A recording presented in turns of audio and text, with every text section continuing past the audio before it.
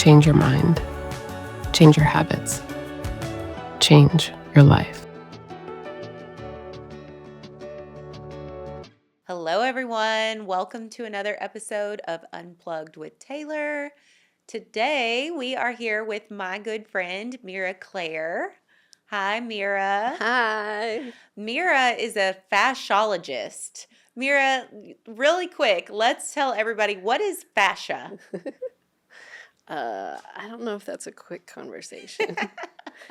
But yeah, you said it really well. Actually, I'm very impressed. Thank you. Fasciologist. I can't even say it. I just learned about it. It's a just big, couple it's a minutes ago. mouthful. But No yeah, big it's somebody deal. that studies fascia.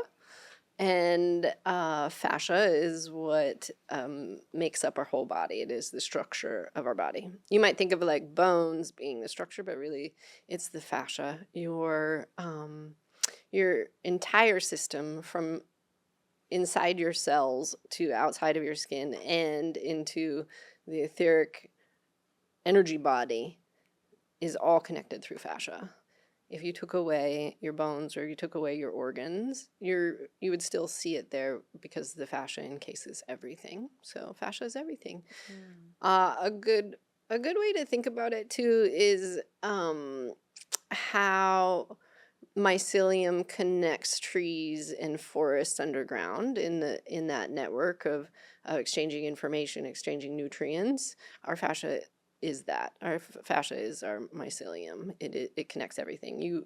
It communicates with itself more than like your brain communicates with your body. It is instantaneous. So if I touch here, my toe knows that information like that. It doesn't have to be wired through the brain. It does. And it encases the nerves and blood and lymph and everything. So it's everything. Fascia is everything. Mm-hmm. So today we're going to be talking a lot about fascia, about mind-body connection, about your energy field. But first, we are going to do a card pull. Tell us a little bit about, no, you're the author of this deck. You're the creator of this deck. Yeah, look. Irreverent inspiration. Yes. Okay, so what was the inspiration for this? Well, so I created this like over 5 years ago, and at that time, just like all the really heady card decks that were out there, super spiritual, and my friend Forrest and I, we were just really funny, and we just like to make fun of things and bring light and humor to things that are a little bit more heavy, because I feel like that laughter is so healing. Yes. And so yeah, we just sat down and came up with kind of like our general topics, and then just went to town on making funny things. They're sassy and very poignant. They're very to the point, and they have really good messages, but they will also kind of give you a little kick in the pants with it. I think that's such a good, because you've gifted me one of these. Yes. Which I love. I hope we pull the vagina card if it's relevant. But it's exactly what you said. There's a to the pointness to it, but also there's a lot of like symbolism and a deeper message there, which I love. So let's pull something. Let's pull a card. Okay, I'm going to lean over and have you grab it. Okay. This one's talking to me. Right front and center. Snug for life. Aww. The Snug for life. Snug card. for life. Tell us about this one. Okay. Snug for life. Snugs are the bomb. It's cool to snug yourself, and it's cool to snug others. The more you snug yourself, the better you'll be at snuggling. Your body knows what feels good, so stop thinking about it and snug already. I feel like this is already very poignant about what we're going to be talking about in our conversation. Yeah, definitely. Snug for one, snug for all. Reset your nervous system and snug your body. All up against anyone, anything, everything. You got feet? Go find some grass. Did you know you can rent a cat? Or get paid to snug dogs? It's called dog walking, but whatever. By the way, trees are everywhere, and lots of them love snugging. Hashtag tree snugger. Hashtag grass snugger. Hashtag snug for life. I love that. Connection. It's about connection. It's about connection. And I think that's a big topic today about repatterning your nervous system. Yes, definitely. So you and I were on a trip together. We went to Costa Rica We together. did. It was so Yeah, fun. yeah, it was a great time. And a really eye-opening thing for me was how I create protective barriers between myself and other people. I'm very much like I'll feel a sense of loneliness, Hmm. but at the same time I'm creating distance between myself and other people. Right, exactly that. Well, a lot of times this is I shared this with you, but we as energetic beings, so I'll kind of like keep touching back and weaving fascia throughout this. Yes. So,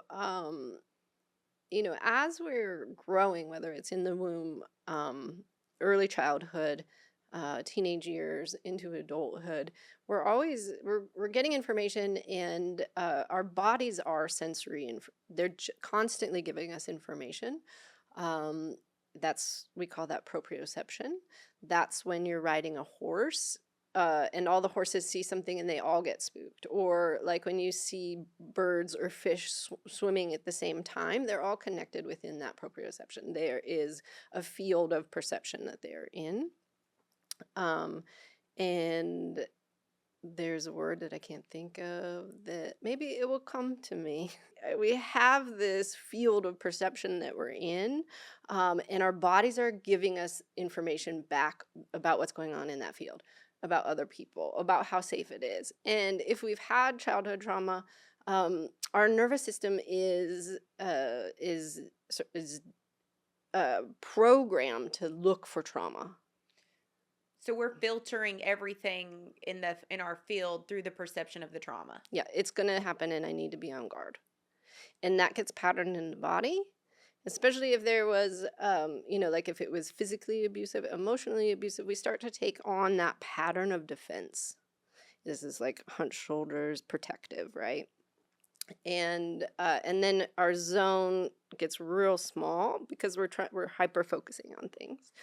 And so the nervous system is patterned, gets patterned to that. And it's looking for what is not necessarily there. It's searching for evidence of what it already is programmed to believe about the world and other people. Right, exactly. And I think in a certain sense, like if we say like what we're manifesting, like, well, what you put your energy towards is going to bring more of that. And that's what a lot of times you see people repeating traumas, and because they're trapped within that trauma loop. So is that tied to what you shared with me about like once a certain trauma is within your energetic field and it has not been processed and released properly, you will keep essentially manifesting that same event? Like you gave the example of a car accident, which I thought was really fascinating. Someone's in a bad car wreck. It seems like they'll keep being in car wrecks because that is in their field now. Yeah. Well, that saying, what you resist will persist. Until you like really look at it and heal it, it's still going to be like sitting in your field or in your body, stuck in your fascia, till you process it. And the way that we process things is by all of the senses, through emotional, our physical body. We have our spiritual self, and our mind, but like understanding the trauma, having that emotional release, and physically releasing it. That's how it comes out of us, and that we can move on. And that is, addressing it, being with it. A lot of times I think people get really afraid they have more fear about addressing the trauma than the trauma actually was. I feel like, have you seen this in group work with people at all? Yeah. Well, or within yourself? The way that kind of clicked for me at one point was when I started doing EMDR. And so something that happened to you at age 3 with your age 3-year-old perception got stored as a much bigger traumatic event than if it happened to you at age 22 with your 22-year-old perception. But the memory and the trauma is stored from your 3-year-old perception. So it's terrifying to go back and look at There's all these protective layers, but the purpose of EMDR, and there's other similar practices, is to be able to get past those defenses, to look at the event again from your new adult perspective, and then restore the memory through a different lens, Exactly that. which takes away some of its charge. Healing the trauma in that brain's response to come out of being in trauma and being able to see a bigger picture. What that reminds me of with myself is like I have this fear of being trapped, and I don't know exactly what it's from, but like it must be a super young age. I know I have a vague memory one time of getting stuck in this room, and they had to like open up a window to get me out, and I was really little, but it could be that. But I have this thing like when I'm in an older elevator. First of all, I won't even get on an older elevator, but anytime I'm in an elevator. There's like a lock door here that I kind of got locked in here one day. I feel a very quick, immediate, not rational adult panic response that comes on. And so a therapist had asked me once, he's like, well, how old do you feel? And I'm like, very young, because there's no coping. Like I'm full blown panic. So when you can kind of see how old that part is by looking at how much of a panic it is, because the younger that you are, the more the less coping skills that you had at the time. Exactly. And the more serious it is, because you don't know, like your frontal cortex isn't working yet, and you don't have like rational thought. No way to process it. Or time is like, it was forever, and your mom was like, it was only 5 minutes. Yeah, exactly. Yeah. But I want to go back to our proprioception and our bodies being these sensory organs. So they're constantly giving us information, like I was saying, from the field. And one thing that I think a lot of times people, especially that are extra sensitive, don't realize is that then they claim that information as their own, when really it's just information. It's awareness. We are in this data stream of information constantly around us, and nobody said, hey, this is awareness. This is not yours. This is not your pain. This is not your worry. This is not your fear. This is just information around. But we say like, oh, that's a recognizable thing. Oh, my back hurts. But really, there's a ton of information that's happening around us. Our bodies are constantly giving us this information.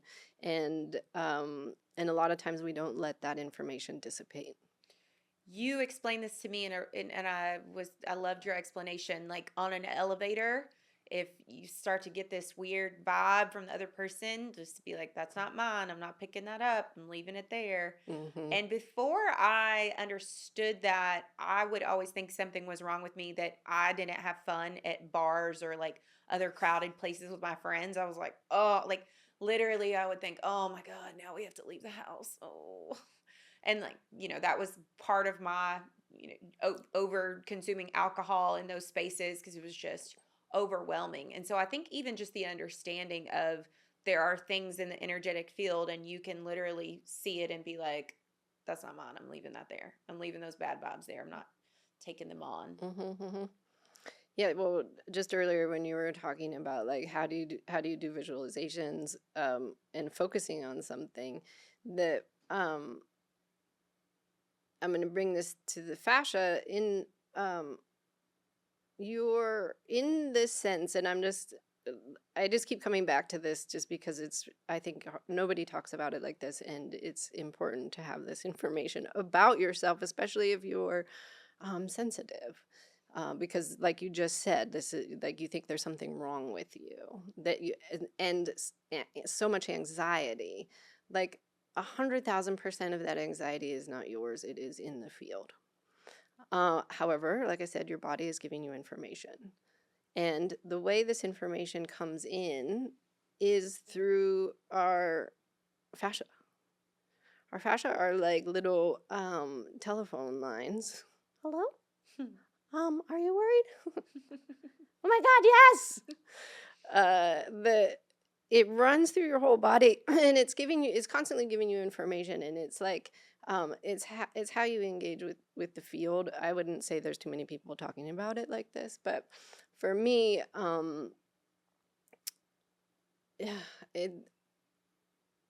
so I'll take it in a little bit into the psychedelic realm. When you on psychedelics, and you can see, well, maybe you don't have to do psychedelics to see this, but this is the only way that I have seen it, is like the grid, or when sacred geometry comes out in things, and it's like, Fractals, right? oh my God, fractals. You can see like just the sacred, like even the tree of life, the flower of life, I mean, or squares or triangles, just how it could be patterned. It's like the pattern of things, and to me, that we're connected to through everything through those patterns. and this system that we have, the more that we can realize, and sort of, I say, relax your barriers, that all this information isn't yours, the more relaxed your body can be. Because we haven't, like we said earlier about the trauma, like we haven't come out of that fight or flight response and allowed our nervous system to relax and respond to just what's happening around it. It's like they say, like, trapped in trying to decide if it's gonna, how to survive the situation, when really there's no situation. It's just information, and if you understand that it's just information that you don't have to do anything with, it's not, then you can process it differently and train your nervous system to relax in situations where it previously couldn't relax. Yeah, and that takes huge diligence. Yeah. I mean, like just this morning, I was going out to the car and had my stuff, and I went to unlock the door, and it didn't respond, and I was like, wait, what the fuck? I was like, oh, the power went out. Maybe my battery's dead. And in that split second, I went to worst case. And then I was like, oh shoot, yeah, my key's not in my bag, it's in the other bag. So I went inside and got the key. Yeah. Now, if I was really trapped up in there, I would have spun out and been like, great, I can't go, and now I'm running, and I have to call somebody. Yeah. And literally, my key's just sitting in my house, but I wouldn't have had, my nervous system wouldn't have been able to take that moment to be like, oh yeah, that's right, my key is in my other bag, it's not in the bag that's with me. And because it immediately would have went into panic, and logic thinking would have been too difficult. And how many people live like that? Constantly. Yeah. And there's so much stimulation that keeps us in that state.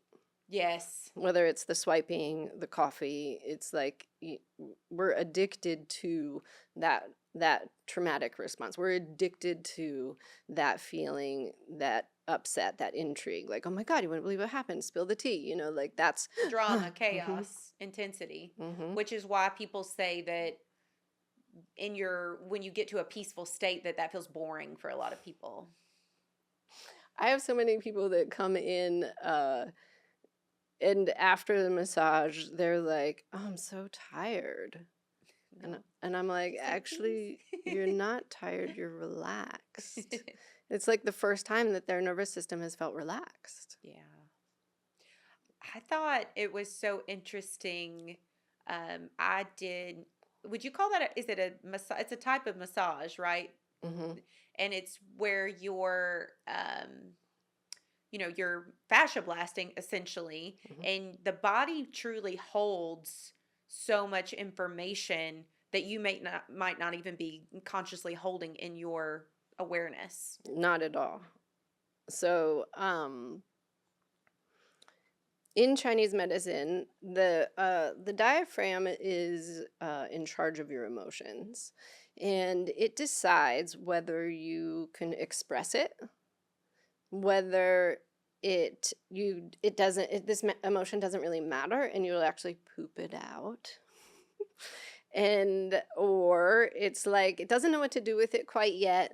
It's a little bit confused, and so it's going to put it into a muscle, and that it gets stored there to deal with later. And it's when later doesn't ever get addressed and doesn't ever come back to that that emotion can get stuck there, and then you might be getting a massage, or somebody might touch you, and then like you start crying or laughing. Laughter can get, that's not quite always the case. Mostly it's like tears, or some people get angry. It's just like something can get stored in the tissues. The when we address those places, and like we said, do the fascia blasting. Thank you, Ashley Black. This is genius. She just created these tools that really help break up the fascia. But there's a lot of people doing different maneuvers. Basically, it is releasing those spots that are storing the stuff that you didn't know what to do with. And we have a lot of those, especially in early childhood, because we weren't at a place that we could digest that information, digest those emotions. So every injury, all of that is stored in the body, and sometimes it gets stored in the muscles, which I think it's interesting to think about the number of people that intuitively turn to weightlifting as a way to process, stress, emotions. I always used to make this joke that the guy at the gym who's got like the water jug and a notebook and he's writing things down in there, he's like really fighting some demons because I think that a lot of people find, I mean, it's a great way to, it's better than, doing drugs or alcohol. It's, great for your body, but it does seem like a lot of people intuitively turn to exercise or weightlifting to move that stuff out. And then you saw during COVID, it was a very stressful time for a lot of people because exercise and lifting weights and going to the gym that's how they made it through. Like that's without, you take that away from them and then they've got all this stuff that they have no way to keep moving out of their body. Or you might say that they might be avoiding it by, I mean, that happens. I would say that definitely happens. Yeah, we do. We have our vices, right? And I guess going to the gym. I think everything in moderation. But I have a good example that I was having work done, getting my body fascia blasted, and they were working right here on my arm, and they're like, "What is that? What happened to you? That's something traumatic." And I was like, I don't know. Nothing. I don't remember. No. And then later, because it usually comes out later when you remember it, I was like, oh yeah, my brothers would play that game of punch buggy, no punchbacks, and punch my arm really hard and it hurt really bad. And when after I got that worked out, like I had that memory surface and it come out and be like, oh yeah. And now it's not adhesed anymore. Like it was like a knot adheres to the bone, and the muscles were all tight in there, and now they're just loose. That was so interesting to me that you said, like, so the memories sometimes surface as the fascia, as you work the fascia, and then also dreams are a way of processing things. Like you have some really intense things happening in your dreams, and that's your body processing. Definitely. Yeah, well, the dream world is our subconscious realm, and I feel like the dreams, there's so much that happens. One, our brain is just processing the day and trying to figure out how to like get rid of this information, put it here, put it there. And two, processing like the deeper stuff, the stuff that you're working on. And yeah, I've had, after fascia blasting sessions, like it just felt like pockets of these men coming up in my life being like, oh yeah. And when I reflected on it in my dream world, they were just kind of like in bubbles, like bubble wrappy kind of. It was like just these little segments, and I was like, that's so fascinating. And then I was like, yeah, they're just kind of all sort of like contained, and I just put them right there on my IT band. Burr, burr, burr, burr, burr. Don't know what to do with that guy. Wow. And then blast him out. I was like, okay, oh yeah, that's just so much more loose and at ease and at peace. And yeah, the more body work I get, and for me, it's always about patterning relaxation. I'm 100% down for relaxing. Anytime there is anything difficult or my body feels in pain, I'm trying to repattern my brain to relax in that. I'm okay. I say like, body, I'm okay with experiencing this. if it's an emotional thing, body, I'm okay. I'm okay. Body, I feel safe. I'm safe to feel this. I'm okay with having this feeling. I'm okay with this pain. And just really letting my body be like, oh, it's giving me information again, right? And then just being like, I'm okay with this. And then it will be like, oh, okay. Which is essentially building capacity within your nervous system. So it's the problem, like when I first started understanding how things get stuck in your body and the more you release it, the better and lighter you feel. I took it like, oh, well, I want an exorcism, get it all out, just go. And over time, like for instance, working with a somatic therapist, I would get frustrated because I was like, he'd be like, that's enough for today. And I was like, no, get more out.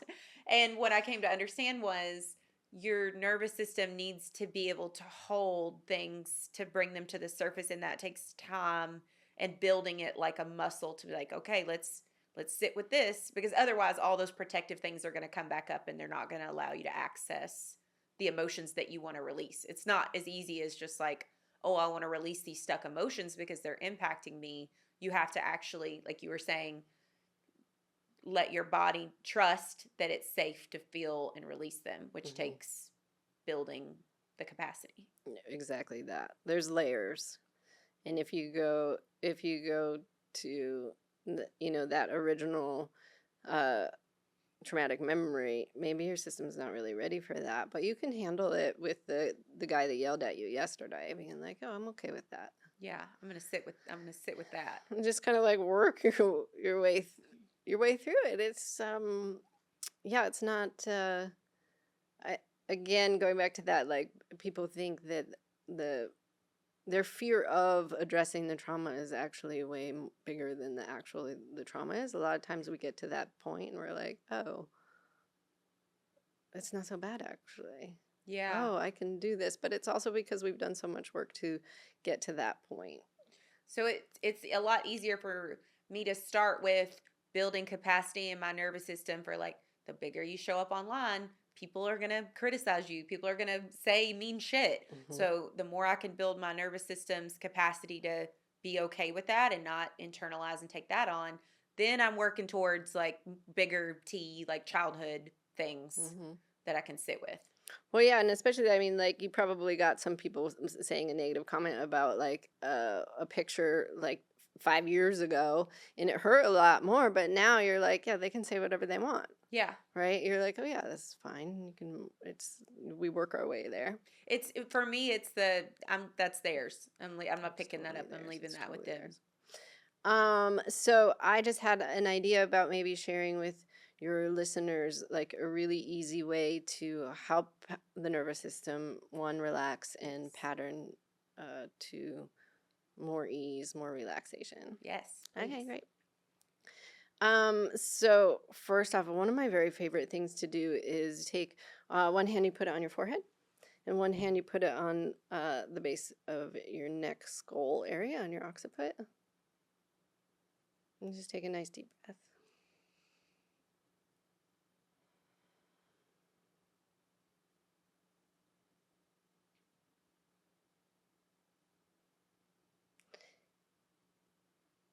Can you feel how just by doing that, there's a settling, a relaxing? You can add to that and you can imagine like light going through your hands or your hands connecting. Could you feel when we just did that together, the two of us just connected? Did you feel the room just kind of like breathe a little? Yeah, like I felt a little more like, oh. It's like kind of like what you said. It's like, oh, I'm okay. Yeah. I'm okay. It also expands your zone of awareness. So like I said before, when you're in flight or flight, your zone of awareness gets real. And when you allow your brain, it can breathe a little bit, and you can become more aware of the space around you, behind you. Is that bigger picture? Like, I would call it barriers down, because then you can just become aware of the things around you. So it's more like I'm not sitting here hyper focused on threat detection. I'm more like, oh. Which is quite the opposite.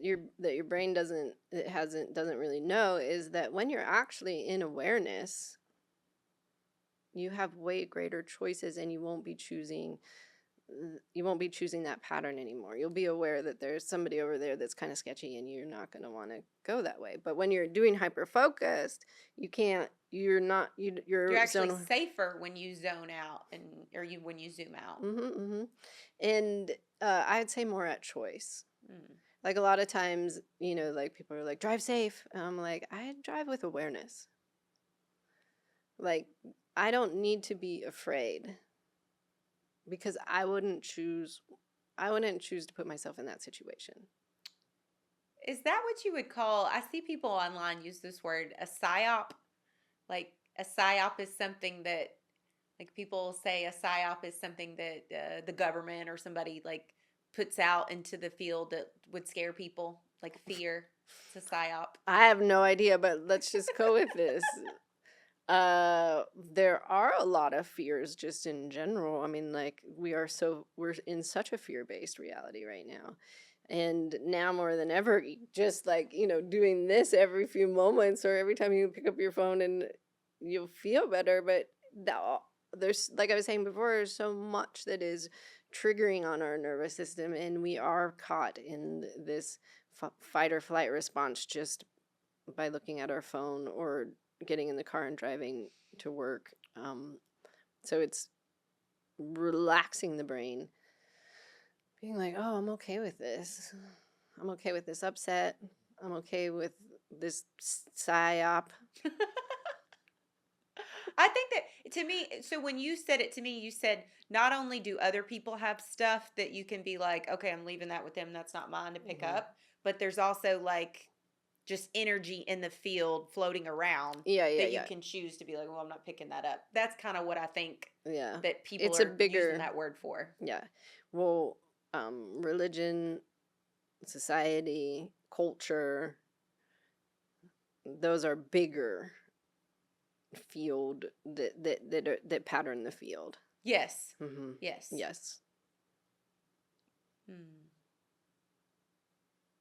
You said something a minute ago, and I wanted to. Well, when you think about it, how about we do another tool? Ooh, I love that. I love sharing tools. Yes. So in my practice, one of my very favorite tools, first off, favorite tool, you're aware. So just starting to become, acknowledging that you're aware. All this stuff in the field is not yours, and just having some space with it, just being, instead of saying like, oh, I'm so worried or I'm so mad today, just being like, oh, there's a lot of anger or there's a lot of worry, before you start to attach I am to it. Just allow it to be awareness. So the side note. But my favorite is, I call it clear your bubble. Okay. And I would do this with my kiddos. But what color do you want your bubble to be? Pink. Okay. Pink. Mine is like sparkly iridescence. So this is also really helps the brain to pattern to something. So if you're taking away fear, you want to give it something to pattern towards. The mind likes to needs a replacement behavior. It needs a replacement. It likes to this is what I'm going to do. So now you give yourself a brain, this is what we're going to do. So I like to use color. I like to use just ways that people can identify what is something. So you've had this experience, like, well, what does that feel like? What does your pink bubble feel like? Soft and safe and peaceful. Perfect. I loved what you said about the color is a way to tangibly bring those feelings up in your mind and create it. Like that's something tangible. You can be like, I'm calling in the pink. I'm thinking, I'm focusing on the pink, and I've associated pink with those feelings. The more to create a memory, you the more of your senses you can use, the easier to. That's how you create memory. So you add an emotion or a feel. I do the color, so the more that you can have that perception of it, then you'll create that memory. So and then you can creating that memory, then you can recall it. When you've experienced something on a cellular level, you can call it back up versus, oh, I want to feel at peace, but I've never felt at peace, so it's just a theory in my head. I can't really call up a feeling that I've never experienced. So it's creating it and then calling it back up. Mm-hmm. Kind of like Wendy Sue said, anchor things in. Anchored in, exactly. So we're anchoring it into your nervous system, into your memory, so that you can have it to tell your brain this is the choice point. When you find yourself, you're caught up in worry or fear or anger, you're like, oh yeah, that's right. I'm gonna choose my safe pink bubble. So right now, you imagine that. Just allow yourself to have that pink, that feeling of peace and calm, of safety, and get out a really big fire hose and just start spraying your bubble. So you can start small in your heart space, your body size. But just imagine the bubble that you're in is kind of like we're these two jelly beans sitting next to each other. And we're just going to spray them out. I'm iridescent. We're spraying them, like making them wider.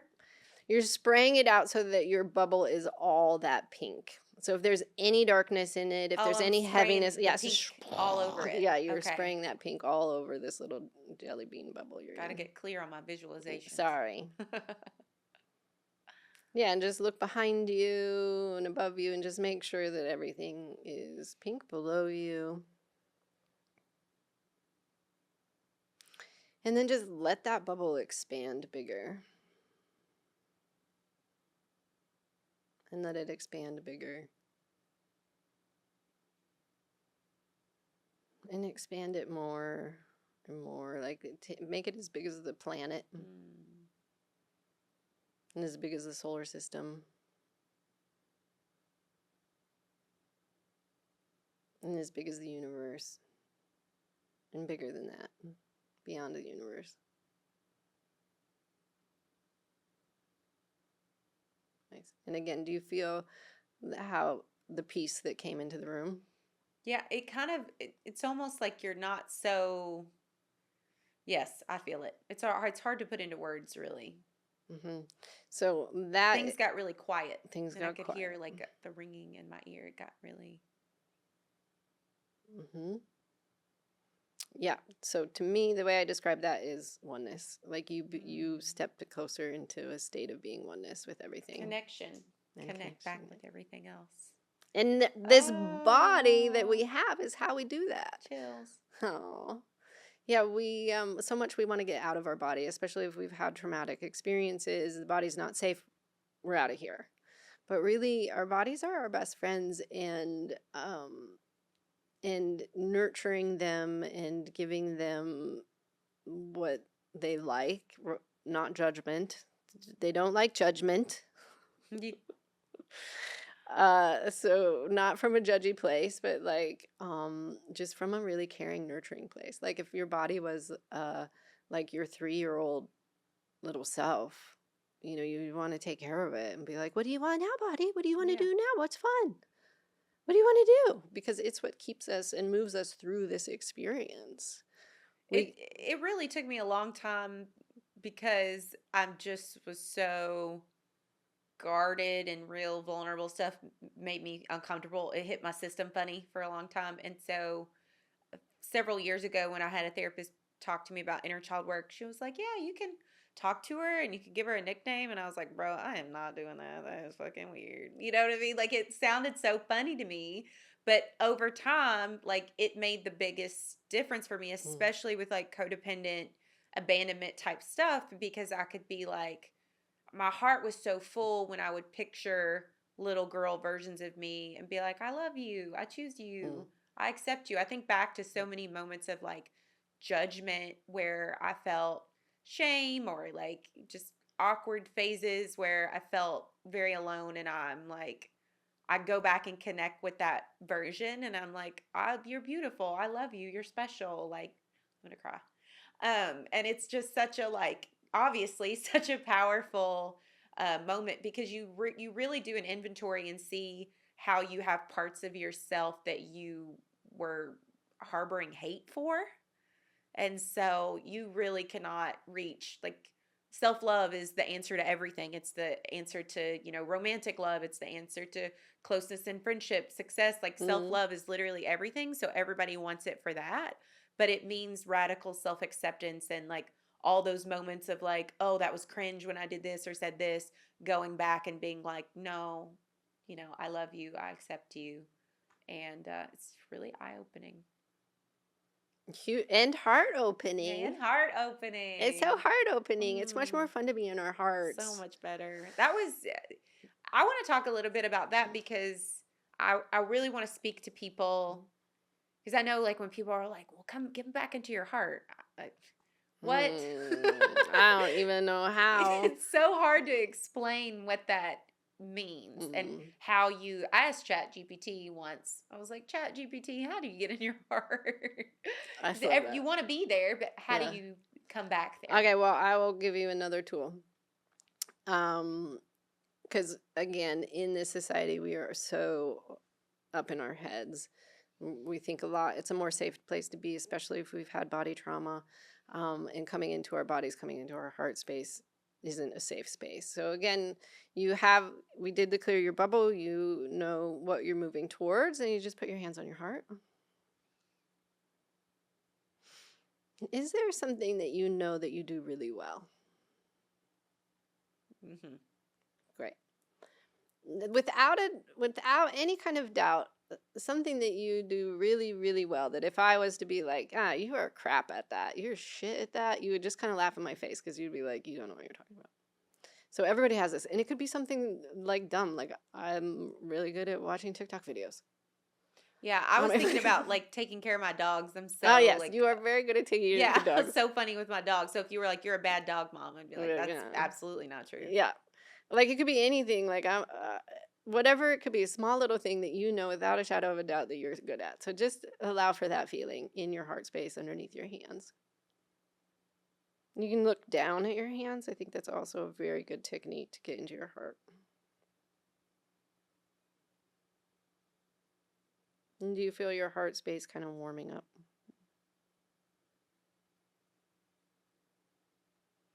And anytime that like you feel nervous about something or afraid, or if you're like going on a date and you're nervous about that person liking you or not liking you, this is a really great thing to do, because what you're doing now is you're showing yourself like this is the energy of I'm really good with myself. Like I know this is you could laugh all you want at this, but I know this is true. So it's something that's really true for you.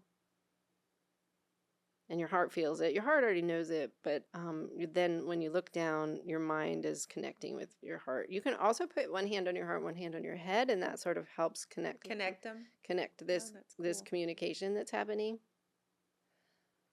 More information goes from your heart to your head than your head to your heart, which I think is really fascinating. Your heart is always constantly giving your brain information, but we have a hard time listening. So this kind of helps with that listening. Yeah. You feel that again, that quieting that happened. And yeah. Over time in these recordings, when I watch them, I can see how I'm more in my heart space than I started out, because I would sometimes people would say something and I would miss the point of what they were saying because I was so focused on trying to keep the conversation rolling. And when I would go back and watch it, I'd be like, how did I not get what their point was? But it's like that slowing down. Wendy told me one time I was trying to tell her something and she was like, see how fast you're talking? You're back up here. Come back, and like speaking from your heart is much slower and more connected and grounded to what's going on. Yeah, that's a great way. It's a great way to say it. Just looking down. Oftentimes, if you find yourself in conversation and you're looking up, you're up in your head, literally just looking down, or like doing that little NLP thing, like with your toes, like pay attention to your toes while you're talking. Coming back into your body. Or your vagina. Oh my God. You could like talk to me from your vagina. What about that? So I fidget. I almost always wear a ring when I record because it helps. I really haven't been doing it today.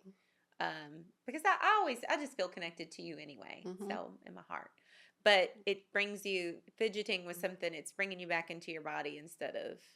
But what you just said about looking, how often are you talking to people and they're doing that? And sometimes I can tell when I'm talking to someone and they're not even aware of my presence. Like they are just kind of talking at me, and that kind of triggers my feeling trapped feeling, because I'm like, Yeah. whoa, what's I'm going like, on? I'm bored of this conversation now. I don't want to, like when you're not going back and forth. Yeah, You're not not feeling boredom, but connected. just kind of overwhelmed. Mhm. Even sometimes they're like, oh, they don't even know I'm standing here. Get one of those like paper faces, just put it there and be like, okay, I'm going to walk away now. I think especially when you are an empathic or sensitive person, which I mean, you definitely are, people just sort of start talking to you Oh, in yeah. general. Yeah. Which All is a kinds of information. beautiful Yeah. gift. Well, it it can make me feel a little bit nervous at first, especially like here in Kentucky where everything is really slow and people talk a lot slower. But I've just learned to receive it and be with it. Doesn't mean I have to do anything with it, but yeah, people love sharing to Yeah. me. They'll be like out the window, roll down the window. I think they're gonna tell me something about my tire is flat or something, and they're like, "Hey, it's weird weather, huh?" Yeah. Mm-hmm. I think that's key too, is like not accepting not being everybody's fixer. Oh my God, set that one down. There's Yeah. no such thing. You can't fix anybody. Yeah. People are their own medicine. Yeah, we can come together and we can glean information and we can see like, oh, you use this tool and maybe that will work for me. But the way that I do something and the way that you do something, each of our paths are so unique, and we're given our experiences to be able to share with people in ways that can help them along their paths. But the way I do it won't be the way that you do it. And I can show you, you want to paint with this purple, and you'll be like, yeah, maybe. Oh yeah, that purple works great. And I'll be like, oh, I like your red. But we don't have to do everything the same way. But we're in this magnificent journey. And like Ram Dass said, we get to walk each other home. I love when people say that. It's so beautiful. Yeah, to me that's like the biggest thing. I'm not trying to heal anybody, but I open doors and show people possibilities, and it's their choice to choose, and I don't have a point of view about what they choose. And people are going to choose all kinds of things that would definitely not be what I would choose. But it's their life, and it is, their karma or whatever it is they need to be moving through is exactly what they need to be moving through. And for me, there's a lot of relaxation in that when I'm like, oh, it is exactly what it is. And we are all exactly right where we need to be. Yeah. Because how else would you learn for yourself? You can't protect people from their lessons, their inevitable lessons. Yeah, and then if we're in an uncomfortable place, we move from that place.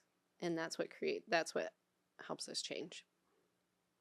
Forges us into who we're supposed to be. It's beautiful. Thank you, Mira. You're welcome. Where can people connect with you? Where can they find you? Well, I have these card decks are in Etsy, Irreverent Inspiration, and I'm gonna put the link in the resource show notes. I have books in Amazon, and I have my website, miraclaire.com. Okay. Well, I'm going to link all of that in the resources section. And thank you so much for this. It was beautiful. I mean, like, obviously, you can come get a massage or fascia blasted from me, too, at my office. Is that on your website? Yeah, it is. Yes. And highly recommend. 10 out of 10. All right. Thank you, everyone. Thank you. I hope that you enjoyed this episode. I would love to hear what your thoughts are in the comments. Be sure and hit like and then subscribe so that you don't miss an episode.